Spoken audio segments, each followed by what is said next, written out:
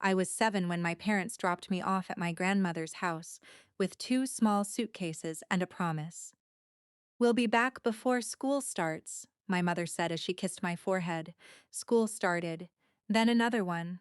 Then another. At first, there were phone calls every Sunday. Then every few weeks. Eventually, birthdays became short text messages sent through someone else's phone.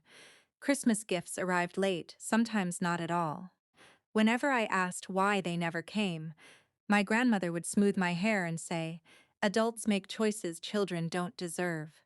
She never spoke badly about them, she didn't need to. Every empty chair at a school play spoke loudly enough. My younger sister, the one they stayed behind for, had medical needs that demanded constant attention. I understood that even as a child. What I couldn't understand was why caring for one daughter required forgetting the other. My grandmother became everything my parents weren't. She attended every parent-teacher conference without correcting anyone who assumed she was my mother. She celebrated tiny victories with homemade cake. When money was tight, she quietly skipped buying herself new clothes so I could join school trips. She never tried to replace my parents. She simply refused to abandon me. The hardest years came after she died. I was 23, standing alone in a nearly empty house filled with memories and unpaid bills. Grief has a strange way of simplifying life. There wasn't enough energy left to wonder whether my parents would finally come. If they wanted to find me, they always could have. So I stopped waiting. I built my career the same way my grandmother had lived. Patiently, there were no overnight successes. Just long workdays, difficult clients, evening classes, and years of learning to trust myself more than anyone else's approval. Eventually, I became director of a charitable foundation that funded programs for children living with grandparents and other relatives. I rarely explained why that mission mattered so much to me. Some stories belong to the people who lived them. 20 years after my parents drove away, I attended our annual fundraising gala. The ballroom glowed beneath crystal chandeliers. Donors drifted between conversations while staff quietly coordinated another successful evening. I was reviewing the schedule with an event manager when I heard someone call my childhood nickname. Only 2 people had ever used it. I turned.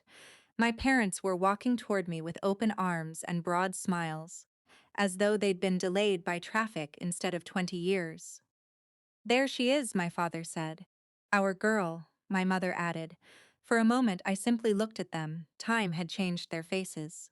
It hadn't changed what I felt. There was no surge of anger, no desperate longing, only the strange realization that they now looked like strangers carrying old memories. My mother reached out as if expecting a hug. I stepped back. Then I looked toward the nearest security officer. When he approached, I asked in an even voice, "If someone isn't invited by me but insists on approaching me as family during a private event, can you help create some space?" He nodded immediately. "Of course, ma'am." There was no drama. No raised voices, no accusations. The officer politely positioned himself between us. "I'm sorry," he told them. "Our guest has requested privacy."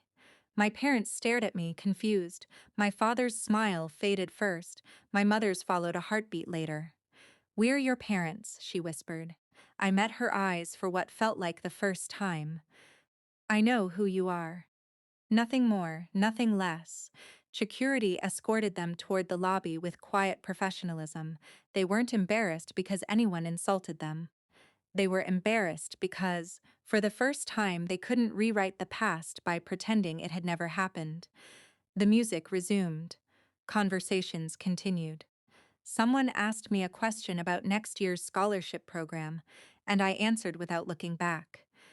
Later that night, as the last guests departed, I stood alone in the ballroom. I thought about my grandmother. She had once told me that forgiveness and access were not the same thing.